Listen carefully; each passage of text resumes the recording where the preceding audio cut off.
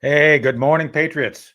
I forgot my freaking coffee. Where's it at? It's in the microwave. I got to go get it in a second. So, anyway, good morning. Welcome. It was a great weekend. I hope you all had a good weekend too. It was hotter than heck up here in North Carolina, but everything's good. So, without further ado, by the way, we had really good feedback on our show.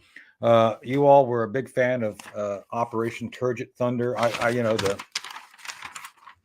The Joe Biden secret that those 25% more absorbent depends. That's what he's counting on to win the debate. Just saying, he's going to be able to stand there and endure, if you know what I mean. And I mean endure, And speaking of enduring, I think Chris Cordani is coming in. Chris, are you going to endure with me this morning to go through all the headlines and everything else? Usually you endure my presence, but thank you. It's a Monday morning. I guess we No, can no, fix no, it up. no, no, no. No, I don't know if we're all real friends. You're a friend. Right. You're a friend of mine. Ed's a friend Yes. of mine. We all get along and actually like each other, which is unique in the entertainment industry, right? I would say yes, because there's so much infighting and backstabbing going on in this industry. You have to Right. watch your back all the time. That's never fun.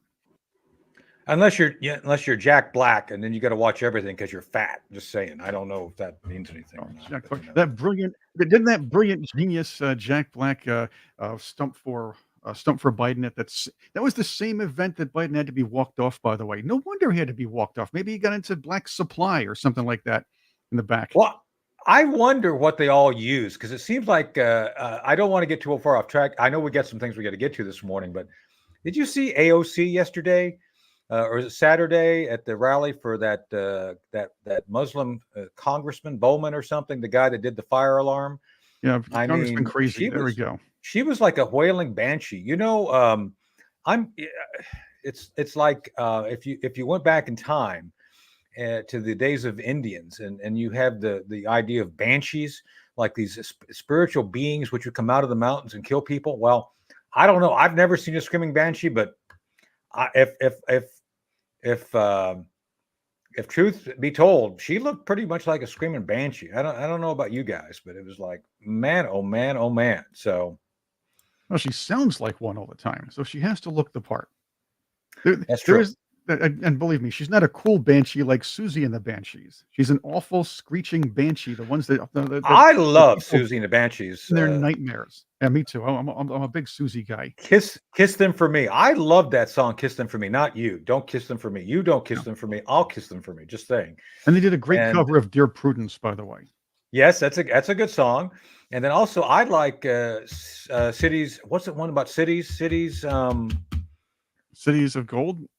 No, cities in ruin or something like that. I Cities in can't Ruin. remember. I'm thinking of somebody else Yeah, totally way off that. But but no, she did. What is that? Because there's Killing like, Jar I like too. and then the Traveler. The Traveler's a good. The Passenger. The Passenger's good of hers. And her and Budgie broke off for a little bit and did something with a band called the Creatures, which is kind of cool. I That's didn't know that. Susie. Yeah, that's Susie Sue from Susie and the Banshees right there.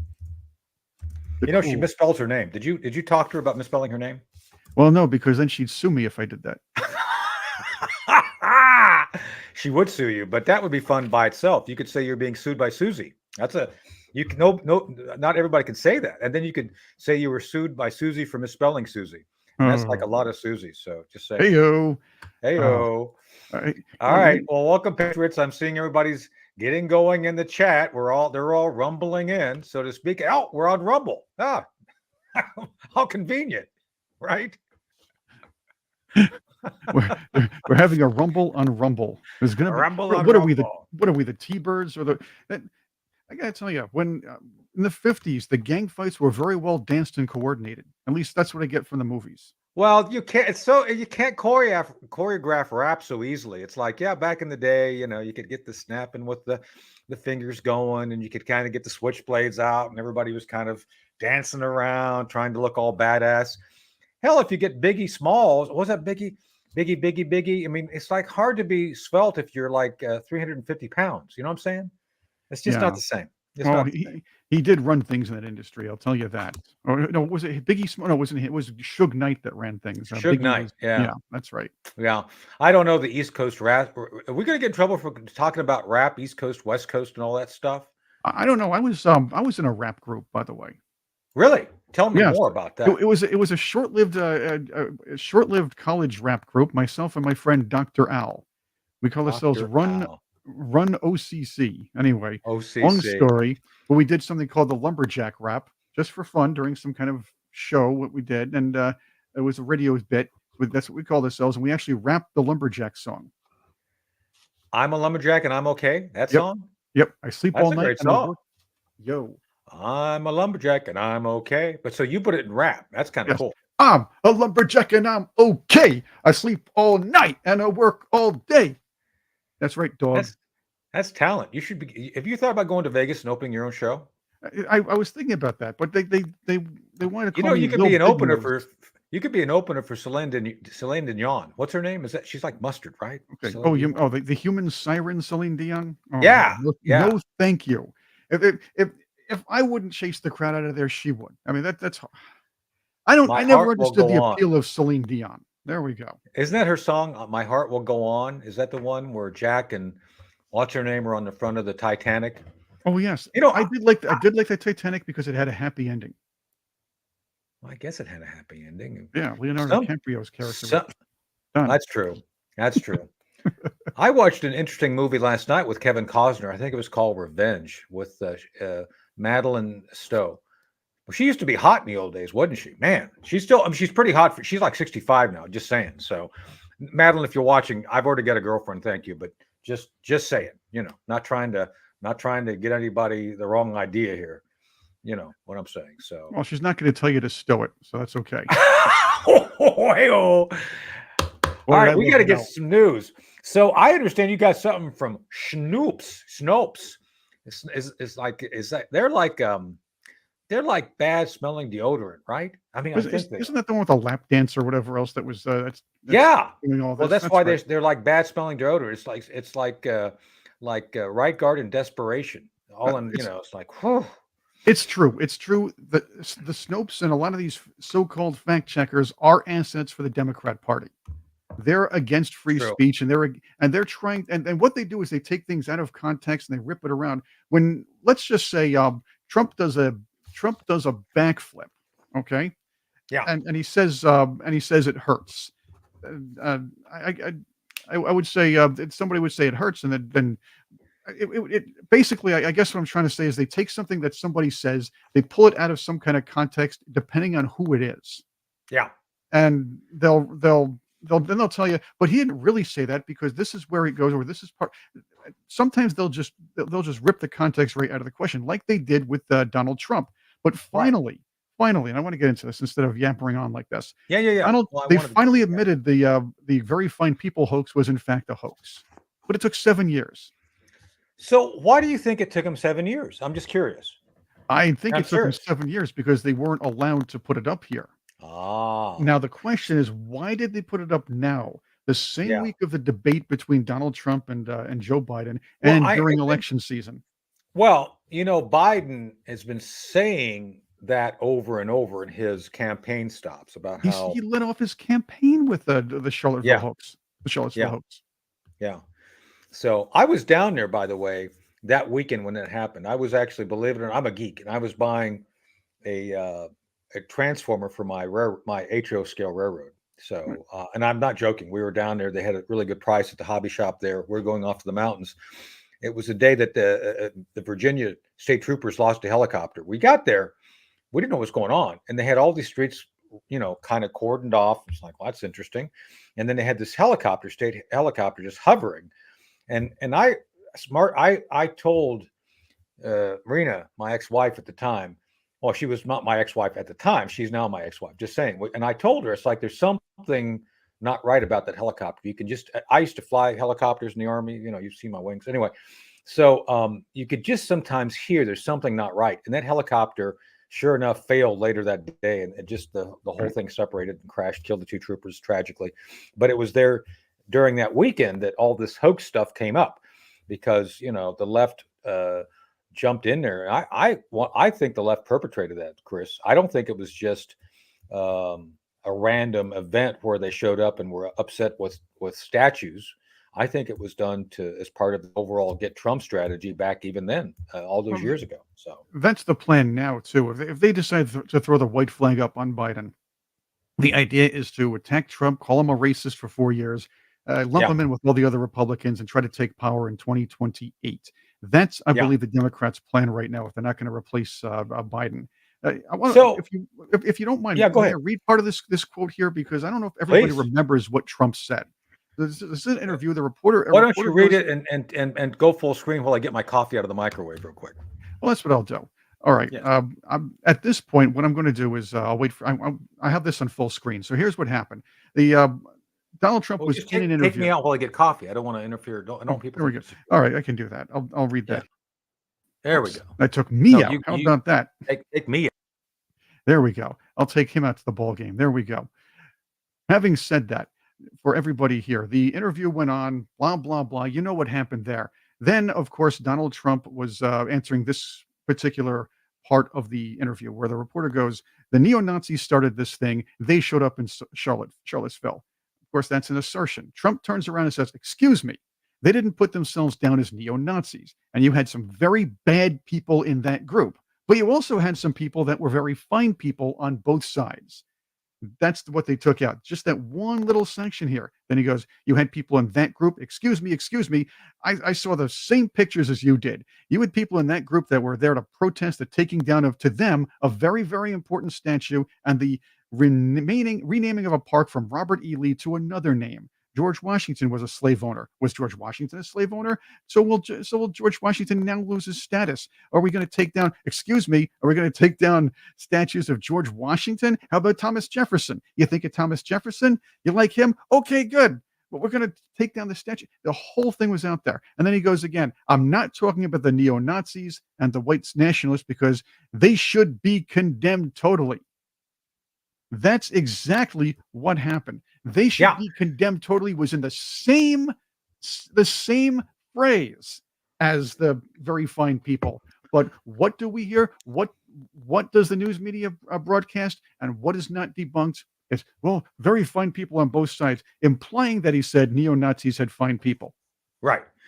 So I understand what he was saying. I knew at the time what he was saying. It's like, look, there are people on both sides of the issue of the statues. And just for the record, right down here where I live, not a mile and a half from where I'm sitting this moment, there's a large debate still ongoing about the Confederate statue in the center of Edenton, North Carolina. And I understand both sides of the argument.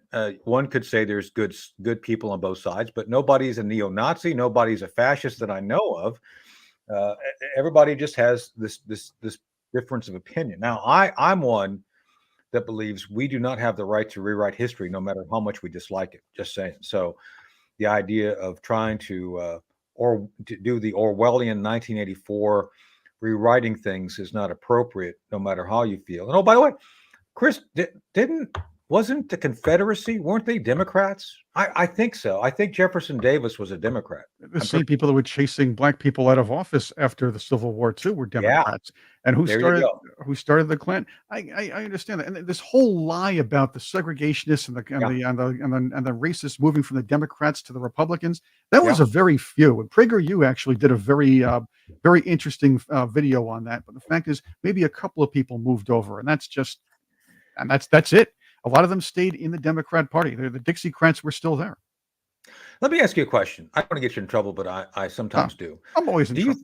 do you think Chuck Schumer would look good wearing a brown shirt and jack boots like the brown shirts in Nazi time? Do you think he'd look good in that? Because he sure can't cook hamburgers worth a darn by putting cheese on before they're cooked. Just saying. I'm just wondering about that. He looks better than he does in a mask.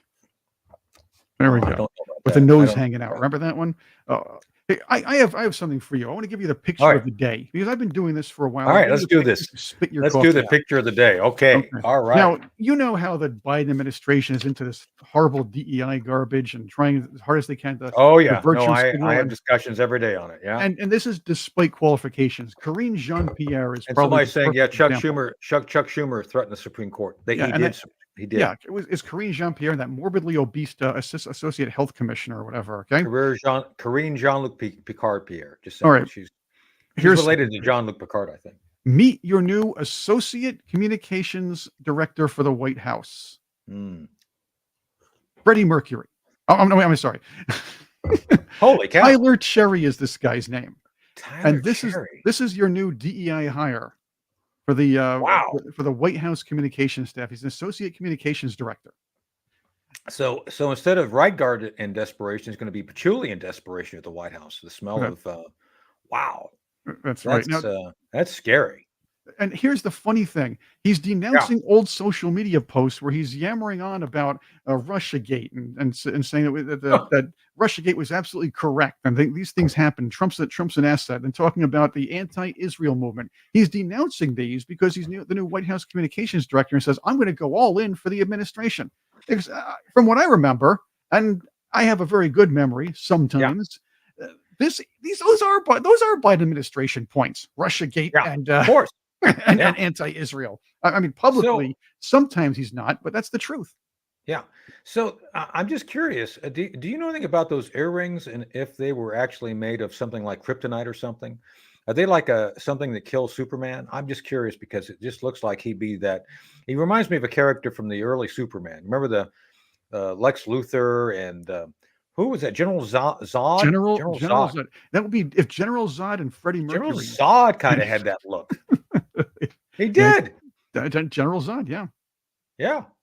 He better watch out, or else Superman's going to throw that image of his cape at him. If you remember that scene where he throws he just takes his cape, throws the image of his cape at him, wraps him up, and is like, "Oh yeah, yeah." Anyway, but that's your new White House committee. I mean, again, virtue signaling at its worst. Yeah, that's the Biden administration. Do you think there's any chance that he and Karine Jean-Luc Picard would? And I'm sorry about those. I know you don't like me insulting Captain Picard, but he's pretty woke. If you watch Picard, just saying, you need to go watch Picard. The only reason Captain Picard's not the worst captain is because of Janeway, and that's it. Oh, and the other chick that I don't even count from Discovery, the broad from Discovery. Oh my God, I don't even consider her canon. Right. I don't. Mikey Spock. Any program. Any program where Stacey Abrams is the president of the world, that is never going to be canon. Yeah, no. Oh, we have our guest showing up. We didn't even get through all the news. Charles. Good morning, guys. Charles. Maybe Charles will help us with the news later. Let me get my right script up here because I got. Good morning. Charles Marino. Charles, good morning. Welcome to Wake Up Patriots here on Rumble. Thanks for joining us. Good morning. Of course, good to be with you. You were just talking about the latest Biden administration hire, the guy that hates all 800,000 state and local law enforcement officers. Yeah. The guy that wants to abandon ICE, right? Just throw them off to pasture, like the rest of law enforcement's been abandoned by this administration. That's what I figured. He's the right guy for this administration.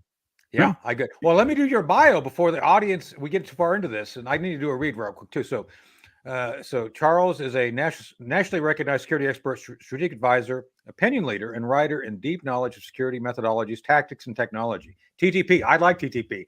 I used to do that. I used to be a spy in the old days. I retired from all that. Or at least I want to clarify this for people. TTP is it's TTP. That's what Tony Shaffer likes. It does not like TTP. Tools, TTP techniques, and tech. Yes. No, look, this is not another advertisement for that's not. No, there this is. Go. So, Charles, I don't know if you saw the show. You probably didn't. So, a whistleblower gave this Friday. It's Operation Turgid Thunder. And we found out that his secret to get through the debate is depends 25 times more. Oh, no doubt. Yeah, so no doubt. That's the Biden secret. Just saying. No doubt. Anyway, back to Charles' bio, which we're trying to get through. Of course, quit distracting me. Yeah, that's me. That's what I do. Let me do this. Let me get through this. A former executive with the United States Secret Service and security executive for Fortune 500 companies, sports teams, high net worth individuals, and other clients, Charles brings firsthand knowledge of high value protective and investigative operations, leadership of Sentinel Security Solutions. And you got a book out too, right? I do. Terrorists on the border and in our country. Yeah. So there it is. There it is. Man, oh man, is that ever true? And we're going to be talking about that today because I'm excited to talk about this with you and just kind of go through it in detail. So So, Charles, welcome to the program. So, tell us about the book and what you want us to kind of know in about 30 seconds, and we'll start going some question and answers on it. Yeah, well, look, the book lays it out. We're in unprecedented times. We've got an administration that's completely walked away from their federal responsibilities to protect the country by securing the Yeah. borders and enforcing the immigration laws. We know that the country's been exploited, not just by criminal aliens because of these policies, but also by terrorists. So it's just a matter of time. And this comes during a time where we're facing more threats from more places at any time in our history. The FBI directors jumping up and down about Oh, this, yeah. and the Secretary of DHS sits right next to him and says the world's just great. Don't worry about it. But we also go through previous administrations and show how they've addressed these issues and how it's always been top of their national security strategies. So this administration is really an outlier. The difference between them and other administrations is they've actually kept their promises to the immigration advocacy groups and have taken it one step further and actually brought those people into the federal government to create and implement the very policies that have caused this disaster. So, I don't know if you knew this about me, but back in the 90s, I did counter drug operations with JADF. Well, it was JADF East back in those days. Now it's JADF South down in Key West with the Southern Command. And as an Army guy, I was the guy running the clandestine human intelligence espionage effort to support that effort. And Charles, we recognized, as a matter of fact, Tom Costarino was the J2 Navy guy, great Navy guy, captain. It's a coastie command, as you probably know. The coasties back then were under customs. Yeah, I've been down to JIADF South many times. Yeah, so you get it. You know where it's at. But by the way, beautiful place. Yeah, and it's Pride Month, so if you want to go to Key West and be there, you can have all the pride you want. Just saying, right, Chris? By the way, I got my gerbil flag in. I don't want to show it right now, but gerbil pride is part of Pride Month as far as I'm concerned. I don't want to distract, but gerbils are people too. Well, they're sort of people, but we'll get to that another day. It's Gerbil Awareness Week, which is Be Gerbil Kind to Awareness Gerbils Week, right after right. Pride Month. So we That's need right. that. Don't use duct tape and gerbils in the same sentence. That's not permissible, apparently. Just saying. Anyway, back to JADF East Or guppies. or JADF South. So when I was working for Tom, we were working to interdict drugs in the transit zone. The gray holes were doing the intercepts. Coasties would switch over. Coasties would take command of the ship, do the interdiction. Great, brilliant stuff. Worked very well. We defeated both the Medellin and Cali cartels through the linear effort. By the way, Charles, we had a strategy. Imagine that. Well, we having also a strategy. Yeah, right. We had the Merida Initiative. Obama expanded it beyond Merida. Even prior to that, we had Plan Colombia. This administration has nothing when it comes to any semblance of a strategy. But that's the issue. So we, in the mid 90s, this is 96, 95, 96, 97, recognized that Mexico was being destabilized by the overall effort, that everything was coming up from Colombia. It was kind of, and we were intercepting, drug flights going into the interior of Mexico, and Mexicans not responding or responding late purposely. It's like, okay, we got a problem here. And so we had proposed, Charles, we Army had proposed that we Army do what we call intelligence preparation for battle steps. We wanted to treat Mexico like an adversarial country. It's like, let's just map it out and we'll give you the intel. And the people who stopped us was DEA. It's like, oh, no, we'll do that. DEA can't run clandestine operations. I mean, I'm not talking them down. I'm saying, dude, we would do it in such a way you couldn't detect it and you would get great intel. So I'm just saying, I think we made some huge policy. A lot of administrations made mistakes over the time because right now we're faced, as you point out, with a southwest border and a Mexico that's, I think, completely compromised. Is that accurate?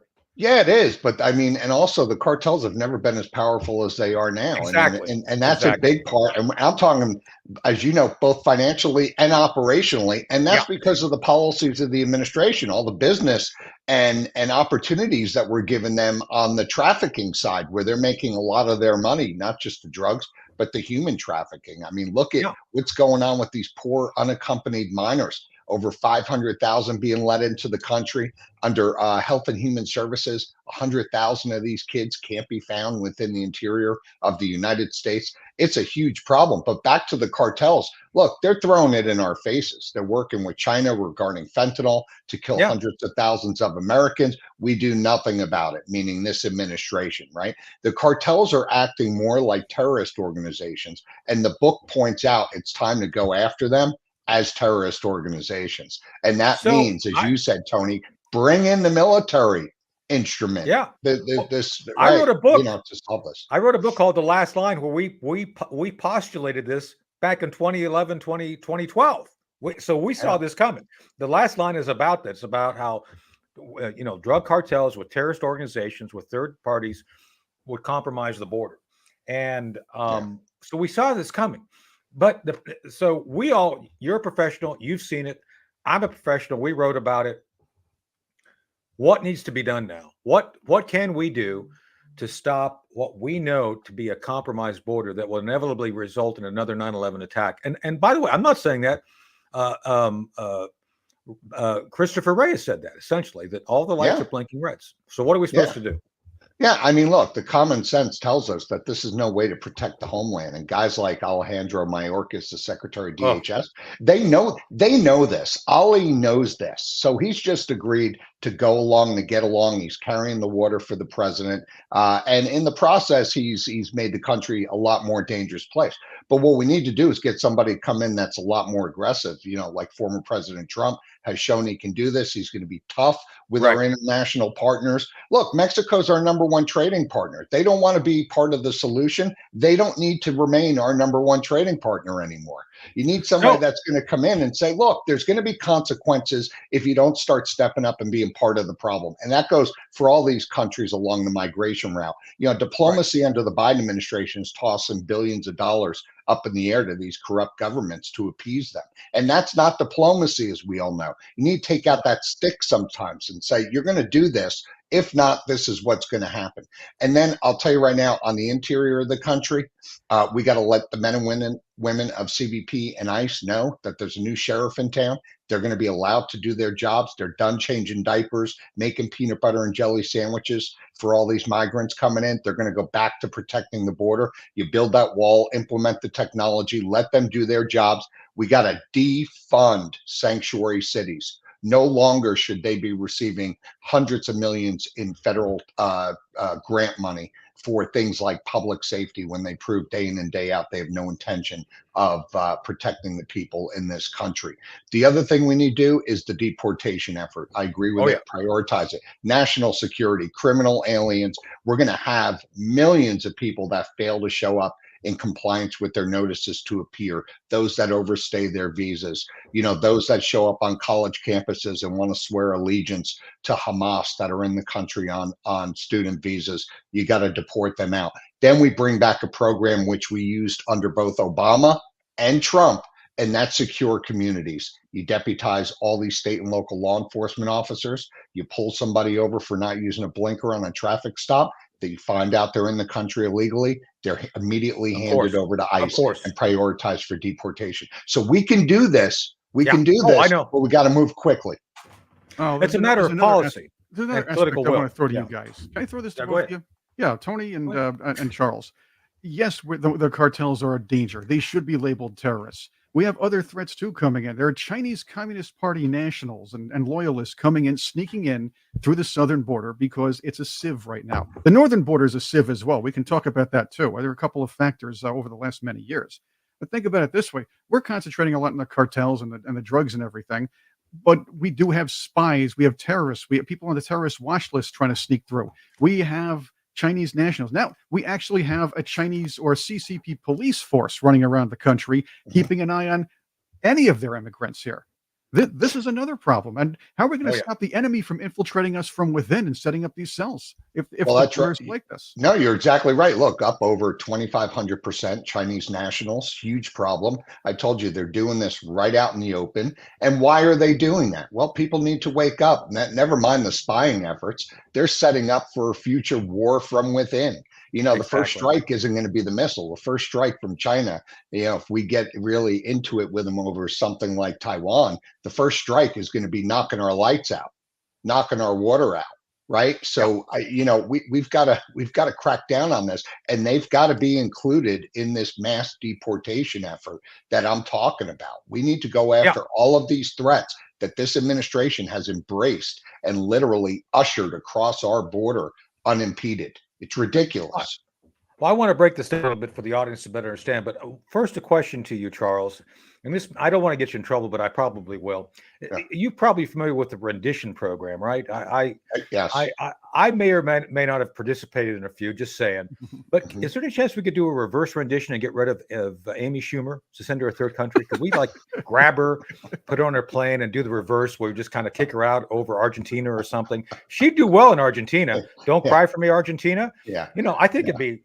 No, I'm sorry, I digress. But no, back on Yeah. serious issues. The one thing I don't understand is how.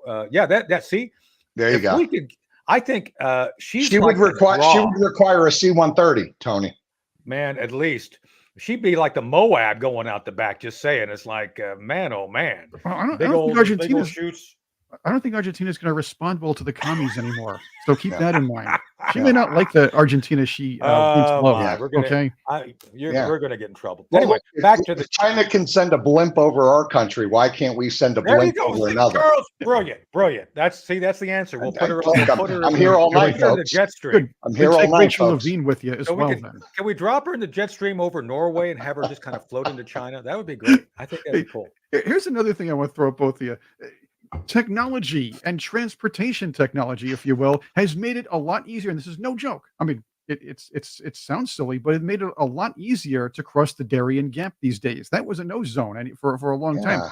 And now, for again, the Chinese nationals or anybody else from subversive communist countries in South America can make it's a relatively easier go around, as a matter of fact, even though you can't really build a road. Oh, it is because, but the problem why it's so easy is because we don't have any forcing mechanisms here, Right. To Exactly. get all these other countries to step up. What we were just talking about. I mean, look, never mind what's going on with the crisis right now and the money that we're giving them with no accountability, which we know is just lining the pockets of these governments, which are corrupt. Well, I want to go through that. Yeah. So But take away the money we're already giving them for other things and say, look, we cut off the tap. That's it. You're done. You don't want to do anything about this. You want to just, allow an open pathway for people to make the journey to the United States, especially from countries like China. Once they fly in, then here's what we're going to do. Well, Charles, Joe Biden's going to build an underwater railroad to China. Just saying. I think he told us that, didn't he? Yeah, he did. He did. So I'm looking forward to that. So, but back on serious things, on real things. One of my dearest friends is former Assistant Undersecretary of Defense for Western Hemisphere, Sergio de la Pena. And Sergio and I work together, as probably with you guys and the other folks, on trying to do the remain in place policy in Mexico. And to your point, surgically fund efforts. Don't fund everything. Fund those things which you see some benefit from, because I always hear from the left, "Oh, you're just trying to deprive those poor nations of resources they need." It's like, no. We should be the ones calling the tune. If we pay the money, we should expect something back. Right. The idea of throwing money out there and hoping for the best is not a policy. It's not effective, obviously. So to that point, Charles, to do what we're talking about, you have to have people willing to make hard decisions and enforce that. Now, I would argue, and I've said this publicly, Trump made a huge mistake not getting control of the federal budget. Basically, he was a believer that, hey, I need to trust the people who work in government. And that was a huge mistake. It's like, no, you can't trust them. So what do you think about firing a significant number of the SESs and senior bureaucrats, say the GS-15s and some of the 14s, if Trump comes back in, to get their attention and try to get control of this process? Yeah, I'll tell you, and it's a great point, Tony. And I got to tell you, as we know, it's a huge problem in no matter what agency you're talking about. This fourth branch of government, known as the bureaucracy, can crush any administration if they really want to. And they will, and they With will. Absolutely. with no accountability. I mean, we used to joke around in the government, you would need to decapitate somebody in front of like 10 witnesses to just get 3 days on the beach. And so, it's very hard to get rid of these people. But I Yeah. do agree that at those levels you're talking about, the SES, the 15s, SESs can be getting rid of because you just don't renew their they, contract. This one I they, understand. It's like they can. they have a contract and we have to renew it. No, you don't. No, you don't. Just don't renew it. Let it No, you go. don't. And so it is time to usher out that top layer of leadership Yeah. from all of these agencies. I always used to say there's a problem when somebody should be fishing and they're not. They're still showing up to work. And when you do the math about what they're earning, they're actually paying to show up to work. Oh, tell me about it. And I used to say this is a big problem. So yes, there needs to be this mechanism to usher them out. It may require some type of buyouts or whatever it is, but I say, look, get them out, bring the youth up, the new generation, better ideas, more energized, and more willing to secure the country. Because right now it's just not happening. There's too many people just going along with this. And secondly, regarding budget control, again, I'm coming from the old school before DHS stood up. Yeah. Customs service could go anywhere in the country. One of the great things about being a U.S. customs agent is that you didn't have to worry about the borders. Like if something came into the country from outside, you could go after them. And so my vision for this, Charles, being a kind of a hybrid. I mean, I spent most of my career focused on external threat, but I've obviously become very cognizant of the internal threat now. We need to empower those members of law enforcement, like you said, to work closely with local law enforcement. So you pull someone over for an improper turn, and it turns out they're here illegally, then do a seizure. Get that person into jail and get them out of the country. That's right. right. We need to incentivize that. That's where the money should be going into, not these sanctuary cities. So how do we reverse that? Because so much depends then on, we're essentially shutting off the spigot to these cities who are willing to forego supporting ICE, and then say, no. If you want that money, you have to support ICE. How do we shift that over? Yeah, look at what the Southwest border cities are dealing with right now. The first thing a new administration should do is double the Stone Garden grants that are going to them for all the overtime that they're incurring, the additional staffing. We have an entire state in Texas is doing the job that the federal government should be doing in securing the border. That's why I always laugh anytime the Biden administration tries to take credit for a slight decrease in numbers. No, it's not because of you. It's because a state has stepped up and shut down their border and is doing what you should have done from the start. But anyway, I agree with that. Incentivize through the grant process those that are going to sign on to programs like Secure Communities. You give them the grants. And I'm telling you, former President Trump did this very briefly. I don't know if you remember, with New York City and the mayor, he cut off their federal public safety grants. And they panicked and they came right around and got in line. I'm telling you, it's very easy to do. You've only got two primary funding mechanisms originating out of DHS and DOJ. They're your two primary oversights of all of these grants. But you've got UASI grants, you've got all these grants that you can just cut off from day one going to these sanctuary cities. And I say screw them. They start doing the job or they don't. Well, I agree. Let's also consider cutting off some aid here. We give a lot of aid to these Central American countries too. That's what I was talking about, Sergio. Right. Yeah, cut it off. It doesn't need to be the border related stuff only. Right. We're giving billions in other humanitarian aid and stuff. Look, it's time we start playing the role so well as sucker, and we're playing it especially well under this administration because, like Tony said, this administration has no strategy. Or is it by design? They don't want a strategy. Or is it by design? Here's something funny. The EU and the US have had lax immigration policies by design, and they're celebrating them, at least up until maybe the last 3 or 4 years when everything went haywire. Here's something funny. Joe Biden yaps on about his proposal. I'm going to limit migrants to coming in, but to 2,500 a day. So I did the math. 2,500 times 365. You know how much that is? and 912,000 smackers. Or I'm sorry, 912,000. And they wouldn't limit themselves to that number, I was Chris. You thinking know, it's smackers just or about dollars, this- but yeah, this- and they wouldn't. But even Obama had limitations per year that that were dwarfed compared to this. Many people don't realize the immigration advocacy groups hated former President Obama. They used to call him the deporter in chief Interesting. because he used secure communities, right? He was deporting close to 500,000 a year. They did not like him at all. They felt like he reneged on his promises, and that's why I'll refer again. This administration's unprecedented because not only did they make the same promises that previous administrations had, both Republican and Democrats, that they would go easier on immigration. This administration actually followed through and actually did it. And as far as that executive order, look, that was a wink and a nod to the left.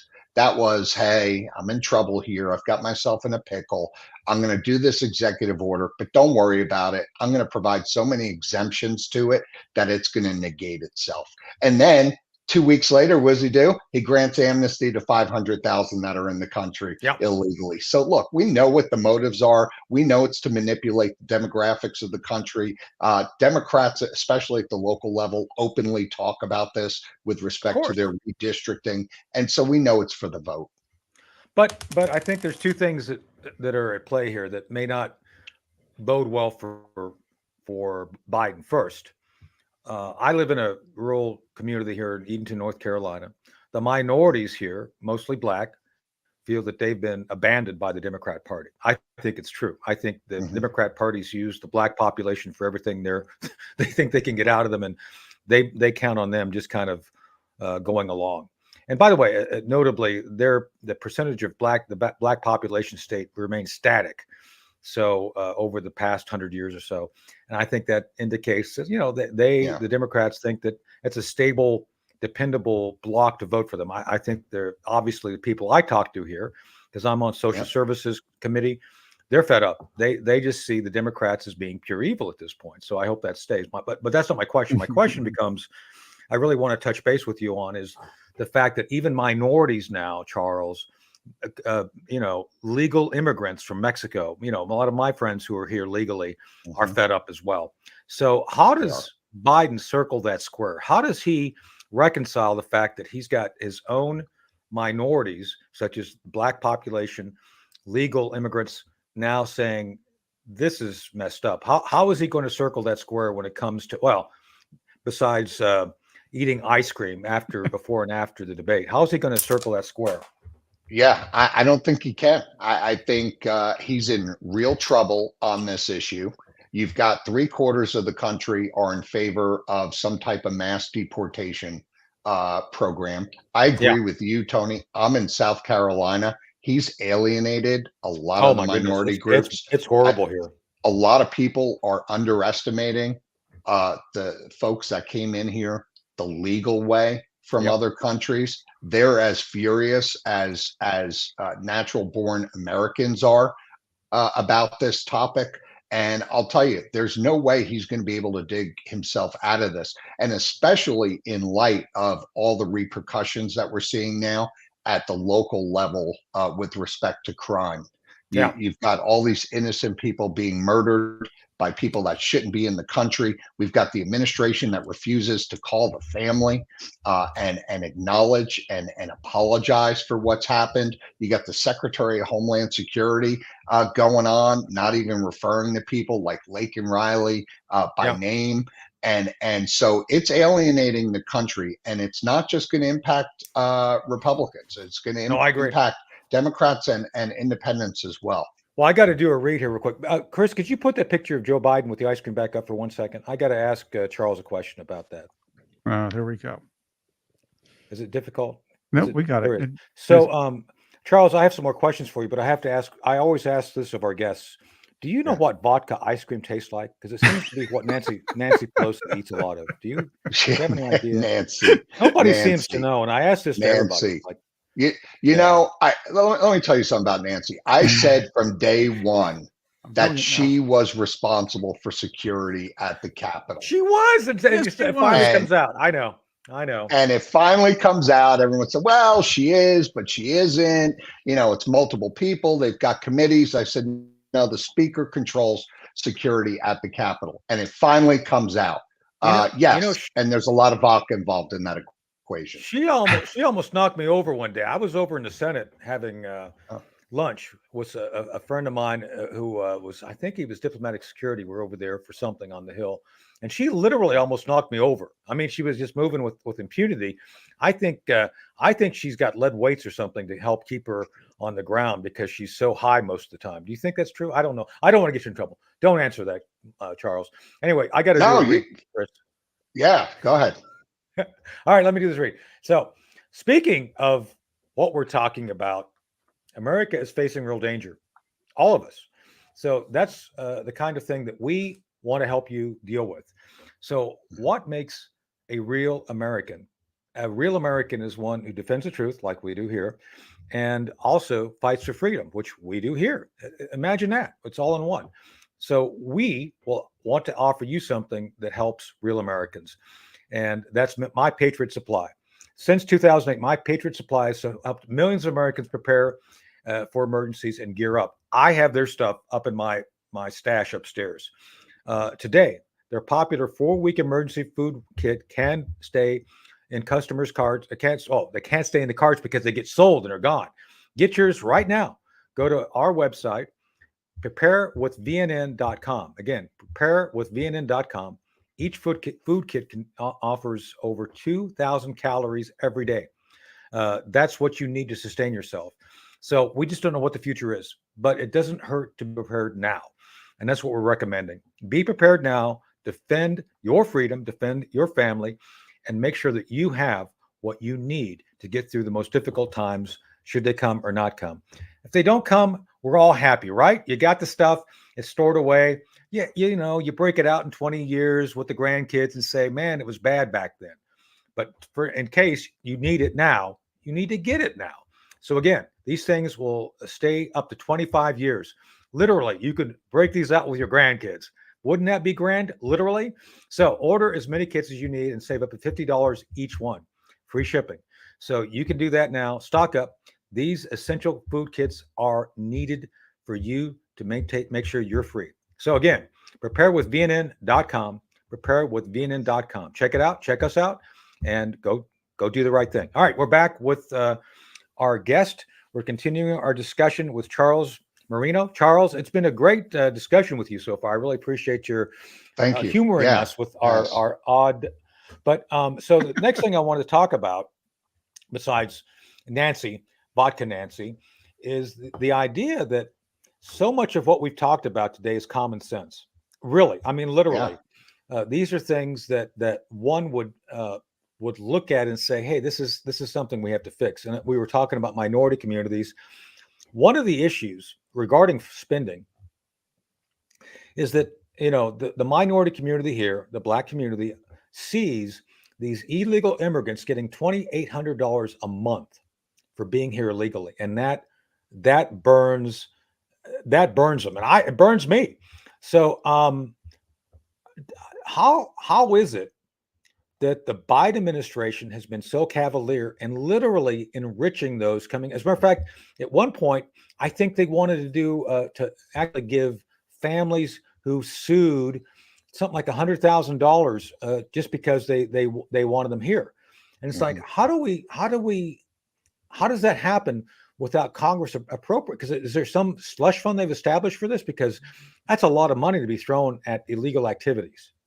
Yeah, look, not only are Americans irked with all the money that's going out, we also have billions of dollars going to these non-governmental organizations, these NGOs. Exactly. Yeah, the 3 top ones have received $2 billion during the Biden administration.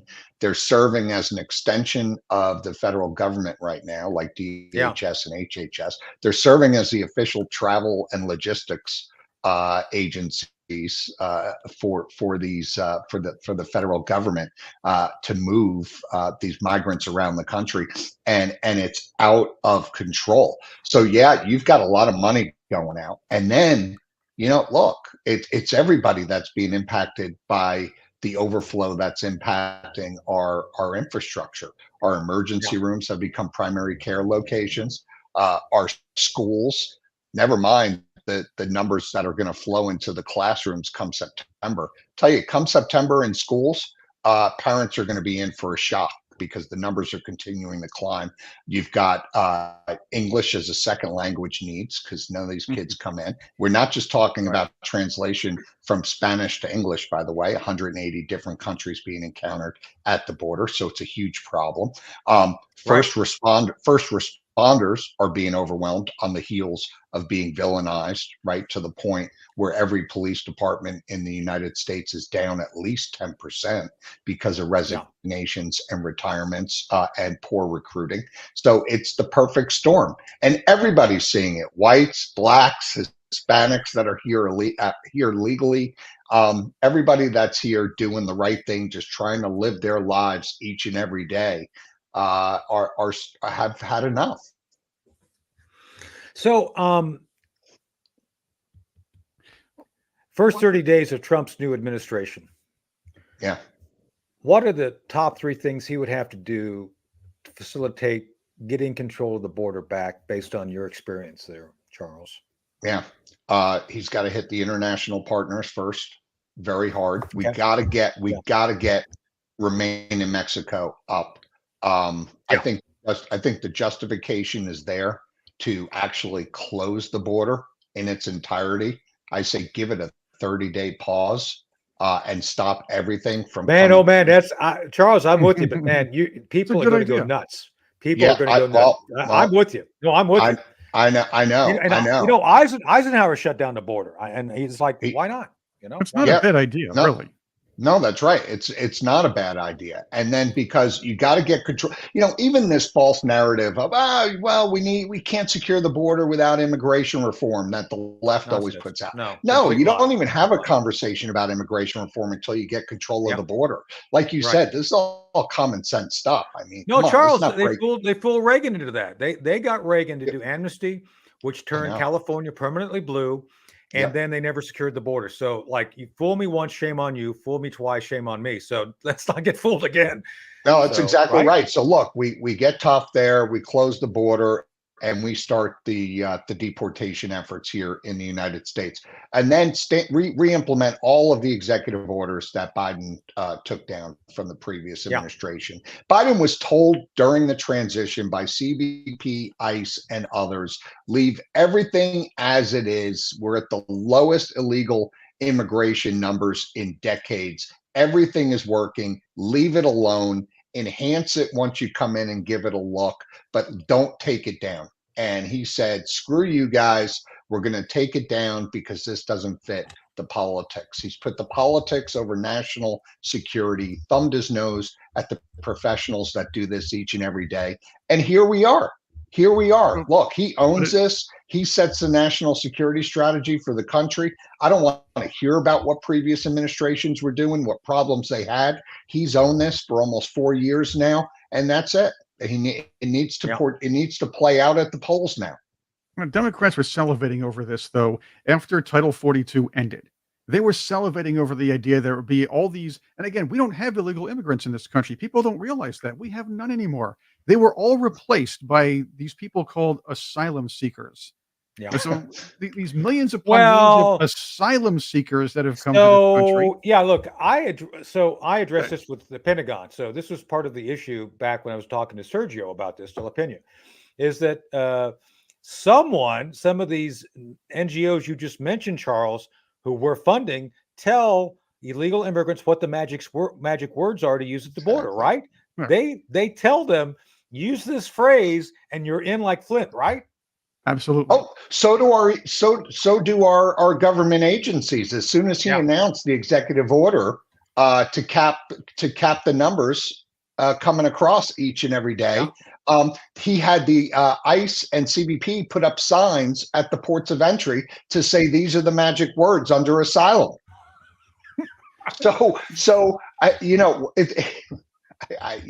What are we doing? what are we doing here? Well, Hey, can we? And we're it's this following guy. we're following a globalist agenda. The EU has been doing this for a Yeah. long time. They're taking people from the Middle East, Yeah. letting them in because they want to integrate the culture to weaken the cultures of the. I might be called a racist for saying this, but they weakened the culture, the European cultures, and now it's almost like a blend at this point. People are finally realizing it. Might be too late. Same thing over here. They're trying to homogenize or kind of genericize American culture, and bring people who don't care about becoming a citizen here, bring people who don't listen to police authority, and bring people who'll just do Yeah. what they did in their old countries, rob, rape, Well, and steal, and run amok here. And that's what they want. Chris, Lawlessness. let me address that because that's Right. something. So, Charles, I'm sure you're like us. You're completely for legal immigration. We do need Absolutely. qualified citizens. So my family, I've talked about this before on my mom's side, the Fernandez side, not the Schaefer side.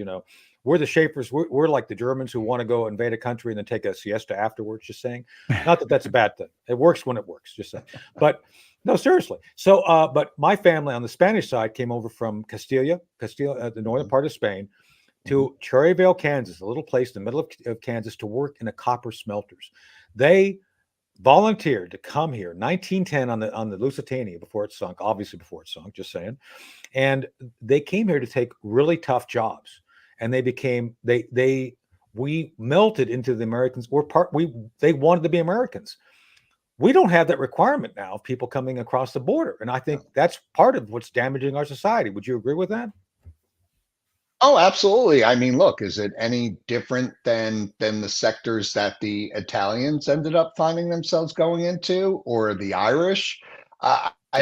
And Chris, as far as like what you're talking about with the EU, first of all, they hate the idea. Talk to anybody there now about open borders, and it's destroyed now and it's destroyed the entire region. Yeah. Too little, too late. But again, that case study was out there for us to have looked at for anybody that cared, by the way.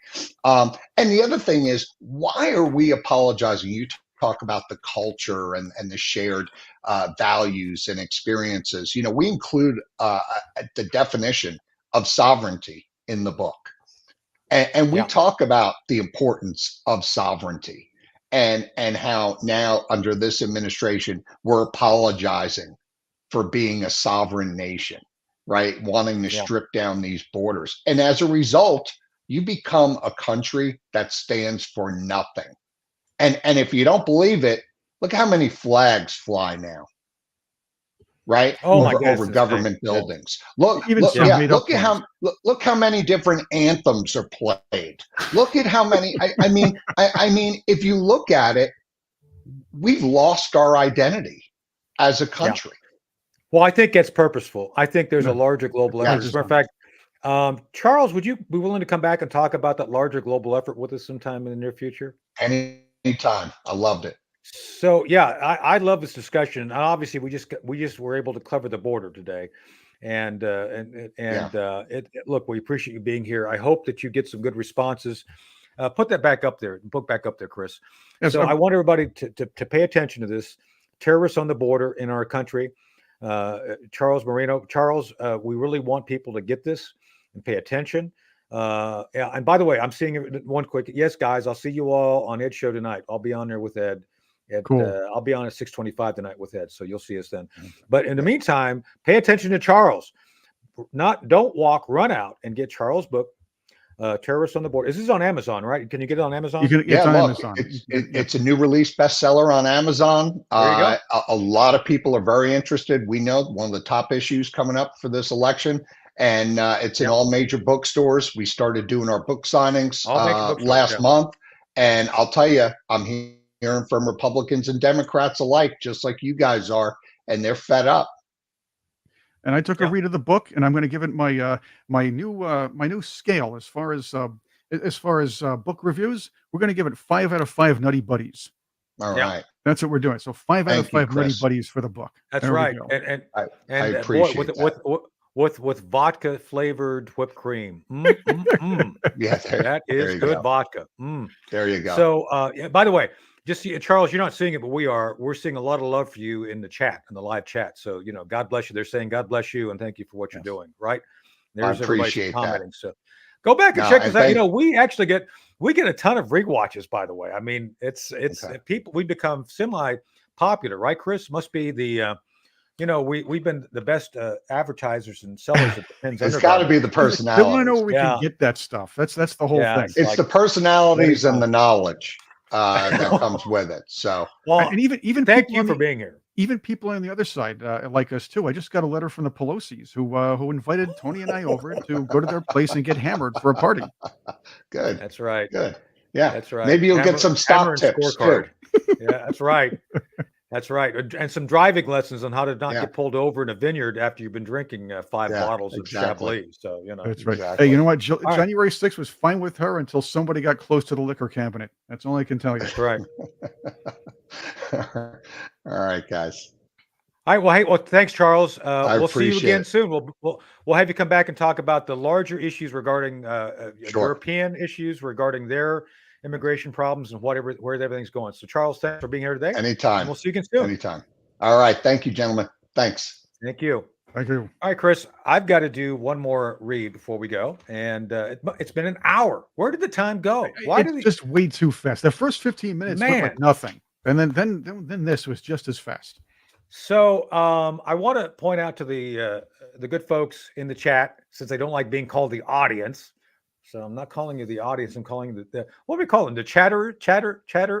How about our family? They're here with us. Our They're joining us every family. day. We're interactive. The You're all family in the family here. chat. That's right. We have a large family, and it's like West Virginia. You can still date your cousin, right? Is that true? I think that's true. Jerry Lee. I love West Virginia. Don't get upset. Don't get upset, West Virginia. Don't boycott the show or something. That's right. Anyway, John Denver What? would be very upset at you. yes, I'm sure he would. Well, he augured into Monterey Bay in an experimental aircraft, so he wasn't in the West Virginia mountains. Just saying, he was out there becoming a California boy, not a West Virginia, not a country boy. So, not that it matters at this point. Anyway, let me get back to doing some work here. So, on Friday, we had our good friend Paul Stone on. Paul Stone runs the Colonial Metals Group. I highly recommend you reach out to them, look at what they have to offer. We went through and talked about the challenging economic times in detail. So you didn't see the show. The show's available.